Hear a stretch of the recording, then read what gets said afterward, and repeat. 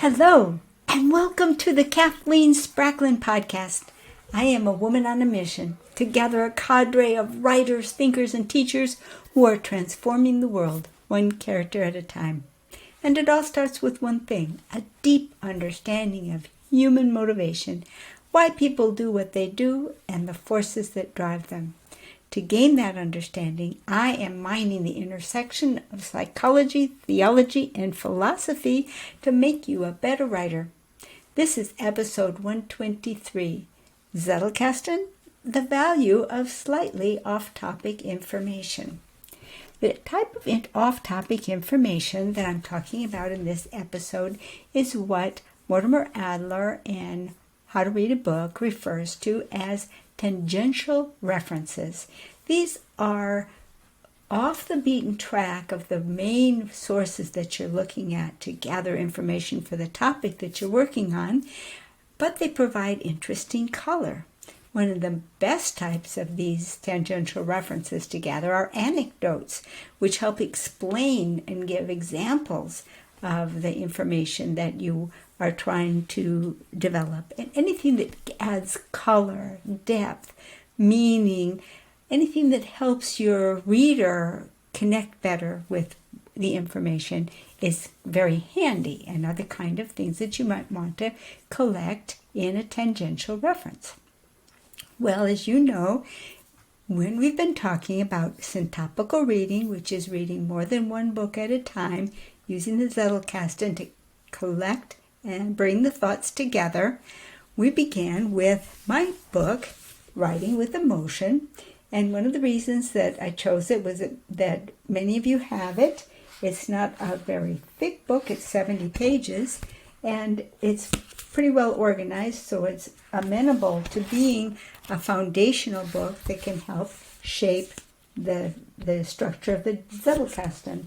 And the book that I've been working with closely behind it and in parallel with it is Character Strengths and Virtues, an epic tome by Peterson and Seligman, which covers much of the same territory, but from the standpoint of a psychologist. So in particular, in the field of positive psychology. Well, the slightly off-topic information that I'm going to share with you tonight is this card. Now, this is a real card from my Zettelkasten, but it's pretty hard sometimes to share these cards with you, so I've reproduced it in digital form so that you can look at it along with me. And this is an interesting remark that was made by John Tanaka in a Zoom call on August 2nd, 2023. It was a gathering of integrated entrepreneurs, and the idea was of the meeting, which was hosted by Ken Caputo and Stephanie Roy, was to bring together people who tend to work solo, and therefore can end up sometimes not having productive connections and suffering from loneliness even. So the remark that he made that made me make a note about it and capture it was from John Tanaka. And he is a teacher of martial arts, but he is also an experienced dungeon master in the games Dungeons and Dragons. And he was talking about role-playing games with their characters. And he said that one of the reasons that he really enjoyed Dungeons and Dragons was the insights that a person can get by assigning a behavior to a character. Well, characters and how they behave, well, that's right up my alley. So I perked up and I captured that piece of information. But when I go to actually bring that into my Zettelkasten and combine it with the information that I already have there, it's a rather interesting thought. Because from my standpoint, when I'm teaching the character traits, I go about it from the standpoint that a character trait is a struggle that a person is making, a decision that they have to make, a choice between behaviors, and one of the behaviors is chosen that comes out of that struggle. So It's the struggle and the character trait that comes first, and the behavior comes out of it. Now, he's talking about in a role-playing game where you put on a certain behavior and find out, well, what does that do to the character? It's the backwards. It's the role reversal. If this is all of the character traits and how they work, it flips it upside down. What a fascinating thought to put both thoughts into the mind at the same time. The question of, does the character produce the behavior out of their character? Or does the manner of acting reflect back and help shape the character? Very, very interesting sidebar that's worth exploring because it can expand the mental capacity. It can expand your thought processes and keep that other aspect in mind at all times. Now, certainly with your main character in a fictional story, you're going to show that character making the decision and where that decision comes from and how it drives behavior. But if you have side characters, that way of behaving, you're not going to be inside that character's head as much to know why he behaved a certain way.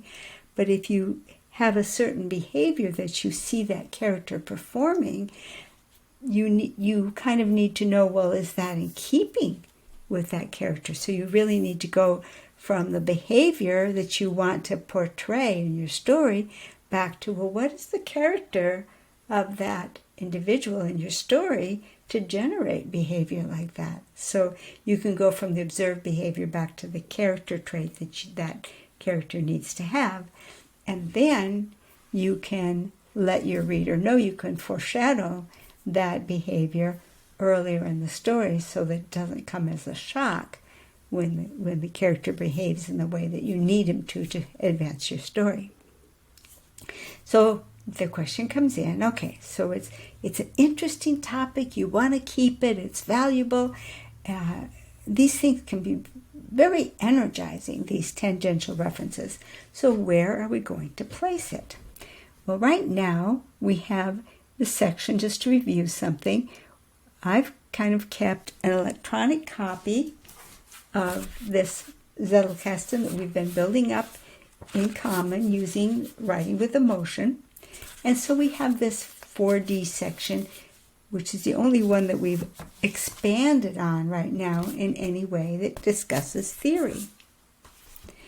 So if we look at that, it already breaks down into 6 different child nodes. So we have that one taxonomy, the character traits, has just immediate descendants that are the 4 character trait groups.